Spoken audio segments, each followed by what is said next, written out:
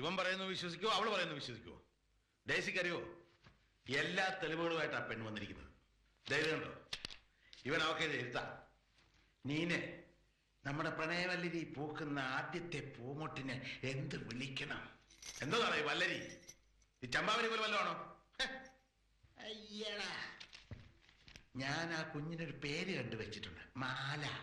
അത് തന്നെ ആ കൊച്ചിന്റെ പേരും. ഇതുപോലൊരു 1000 എഴുത്തുകൾ ഇവൻ അവൾക്ക് എഴുതിയിട്ടുണ്ട്. അതും കൊണ്ട് അവള് പുറത്തോട്ടിറങ്ങി അവിടെ എന്താ നടക്കാൻ പോകുന്ന അറിയാവോ? ചാക്കോച്ചനറിഞ്ഞാലോ? അയാളുടെ മോളുമായിട്ട് അടുത്ത ആഴ്ച മനസ്സമ്മതം ഉറപ്പിച്ചിരിക്കുക. ആ പെണ്ണറിഞ്ഞ അപ്പ ആത്മഹത്യ ചെയ്യും. അയാൾ ഈ കുടുംബം കുളം തോണ്ടും. ഇവന്റെ കമ്പനി ഉൾപ്പെടെ അയാളുടെ കക്ഷത്തിലായിരിക്കുന്നത്. ജപ്തി നോട്ടീസ് ഓരോന്ന് വരാൻ തുടങ്ങും. ബാക്കിയുള്ള മനക്കാട് വേറെ. എല്ലാം കൂടെ ആലോചിക്കുമ്പോ വിഷം മേടിച്ച് നിന്ന് കൂട്ടത്തോടെ ആത്മഹത്യ ചെയ്യുന്നതാണ് നല്ലത്. അവന്റെ ഇരിപ്പ് കേട്ടില്ലേ? അങ്കിൾ അപ്സെറ്റ് ആവണ്ട, നമുക്ക് സാവധാനം ആലോചിക്കാം. ഡാഡി, ഞാൻ പറയുന്ന ഒന്ന് വിശ്വസിക്കണം. തൽക്കാലം നിവൃത്തിയില്ല.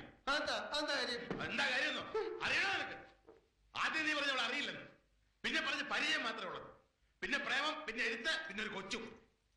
എങ്ങനെ വിശ്വസിക്കണം? എന്നാ വിശ്വസിക്കണ്ട. ഞാൻ അവളോട് ഇറക്കി വിടും. അവളുടെ കള്ളക്കാതെ തൊലി വിളിച്ച് കാണിക്കും. അപ്പൊ വിശ്വസിക്കാലോ. ഇല്ലെങ്കിൽ ഇങ്ങനെ വിളിച്ചോ.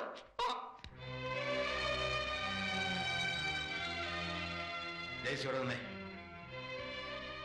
നീ ഈ കാര്യം പുറത്തു പറയരുത്. നിന്റെ അപ്പനും ഞാനും തമ്മില് ജ്യേഷ്ഠാനുജന്മാരെ പോലായിരുന്നു. കുഞ്ഞിലെ പോലെ നീ മുറ്റത്ത് കളിച്ചു വളർന്നോളാ. ഈ കുടുംബത്തിന്റെ മാനം നിന്റെയും കൂടാ. പ്രത്യേകിച്ച് നിന്റെ ഭർത്താവ് ഉണ്ണുണ്ണിയോട് മിണ്ടരുത്. അവന്റെ നാക്കിന് വെല്ലും ബ്രേക്കൊന്നുമില്ലെന്നറിയാമല്ലോ.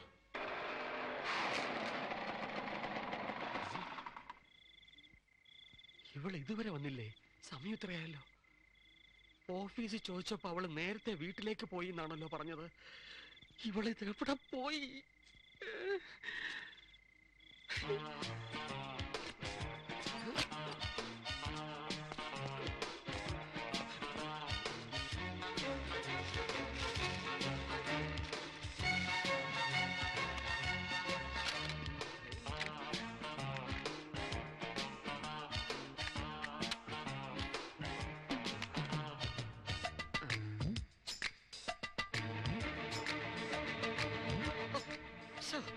സത്ത് പാട്ടി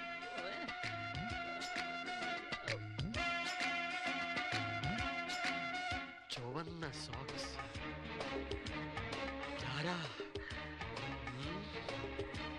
ഇത്രയും മതി, ഞാൻ പിടിച്ചോളാം.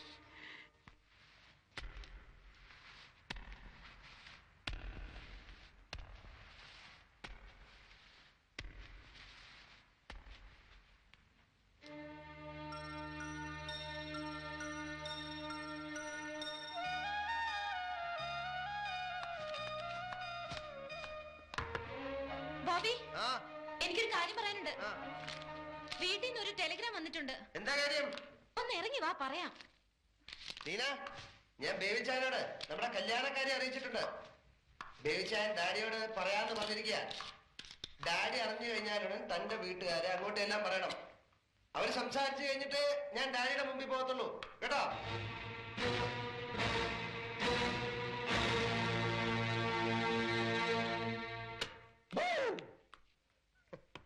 ഹേ നീന,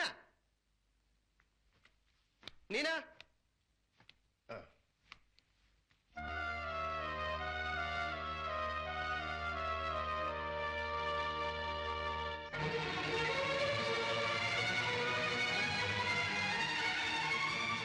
ബോബി, അവൾ ഇന്നലെ രാത്രി തന്നെ ഹോസ്റ്റലിൽ നിന്ന് പോയെന്ന്.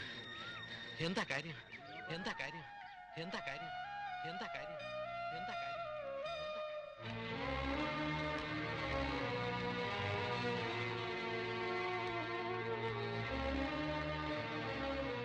എന്താ കാര്യം? എനിക്ക് പറയണം. എന്ത്? ഒന്നും പറയാതെ ഒരു ദിവസം പോയിട്ട് ഇപ്പൊ ഇവിടെ ഇങ്ങനെ കയറി വന്നതിന്റെ ഉദ്ദേശം എന്താണെന്ന്? എനിക്ക് അപ്പ അങ്ങനെ തോന്നി, ഇപ്പൊ ഇങ്ങനെയും തോന്നി. നിനക്ക് തോന്നും പോലെ തട്ടിക്കളിക്കാൻ ഞാൻ എന്താ പന്താണോ? സത്യം പറ, നിന്റെ ഉദ്ദേശം കുറെ കാശല്ലേ? എത്ര വേണമെന്ന് പറ, തരാം. ഇവിടെ നിന്ന് ഒഴിഞ്ഞു തന്നാ മതി. ആ, അങ്ങനെയാണെങ്കിൽ ഞാൻ പൊയ്ക്കോളാം.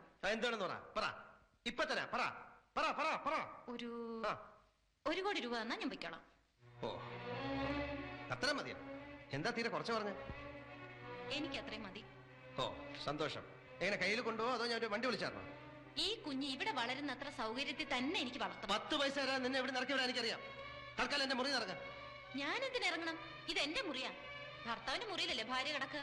ഭർത്താവിന്റെ എന്റെ ക്ഷമ നീ പരീക്ഷിക്കരുത്. ഡാഡിയെ ഈ മുറി കിടന്നോളാൻ പറഞ്ഞത്. ഞങ്ങൾ ഇവിടെ തന്നെ കിടക്കും.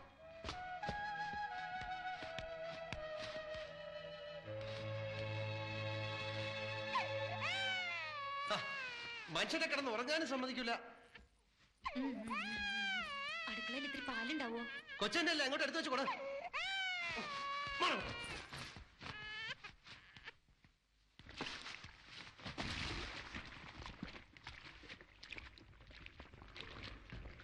അച്ചായോ? കൊച്ചിന്റെ അച്ഛൻ അച്ചായൻ തന്നെ ആണോ? കിന്നാരം ചോദിക്കണം. എല്ലാവരും കൂടെ വലിച്ചവരെ ഏറി വെച്ചേരും. കൊച്ചിന്റെ അച്ഛൻ